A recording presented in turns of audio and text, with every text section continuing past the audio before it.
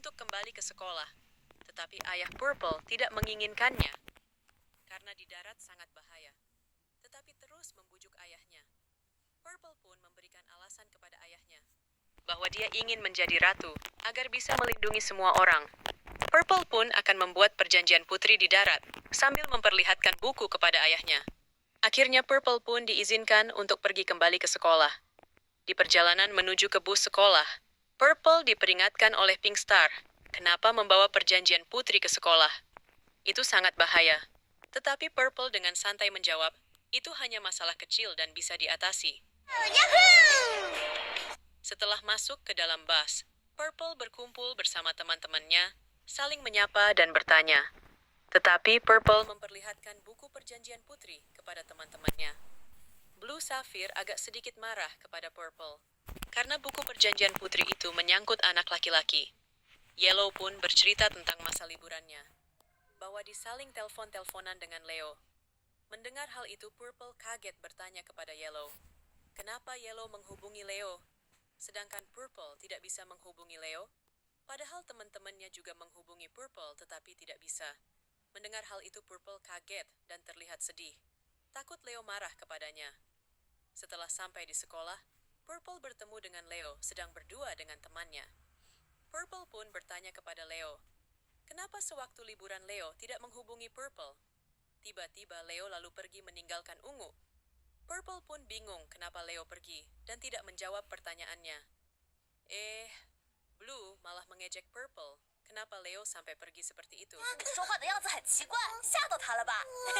Setelah di dalam kelas, Purple berusaha memanggil Leo dengan kertas yang dibuat seperti pesawat. Tetapi Leo tetap cuek kepada Purple. Sampai di kantin pun, ketika Purple ingin duduk bersama Leo dan makan bareng dengan Leo, Leo pun pergi meninggalkan Purple.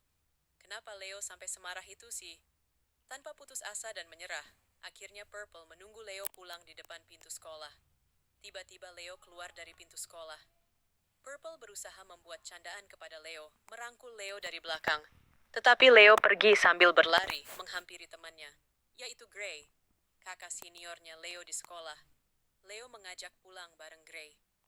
Purple yang melihatnya hanya bisa terdiam.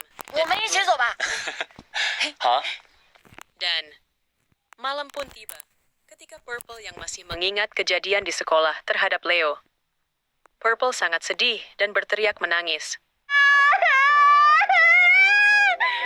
Hari sekolah pun tiba. Leo dan Gray dan Putri duyung berangkat sekolah bersama. Dan Purple sudah tiba di sekolah lebih dulu. Purple yang sedang duduk sambil membaca buku tentang bahwa dia sudah sangat lama ingin sekali berjumpa dengan Leo. Tetapi kenapa setelah bertemu Leo meninggalkan Purple? Purple sangat sedih dan menangis. Melihat temannya menangis, Oren menghampiri Purple dan Blue menarik Leo agar bisa memberikan penjelasan. Tetapi Leo tetap berusaha ingin pergi. Padahal Purple pun sangat berharap Leo senang bisa bertemu lagi. Tetapi Leo malah cuekin Purple dan akhirnya Purple pergi sambil menangis. Gray yang tahu buku Purple ketinggalan, Gray membujuk Leo untuk memberikan buku Purple yang ketinggalan. Gray pun menasihati Leo bahwa dia adalah teman terbaiknya. 他就是你跟我提过的对你很重要的朋友吧？把这个还给他吧。 Purple merenung dan sedih di pinggir pantai. Pink Star pun menghampiri Purple. Purple yang mengira ada Leo di belakangnya. Purple menoleh ke belakang.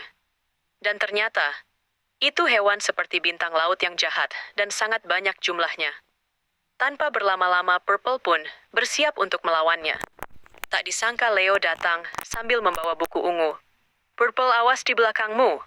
Purple pun menghampiri Leo untuk membawa Leo ke tempat untuk bersembunyi.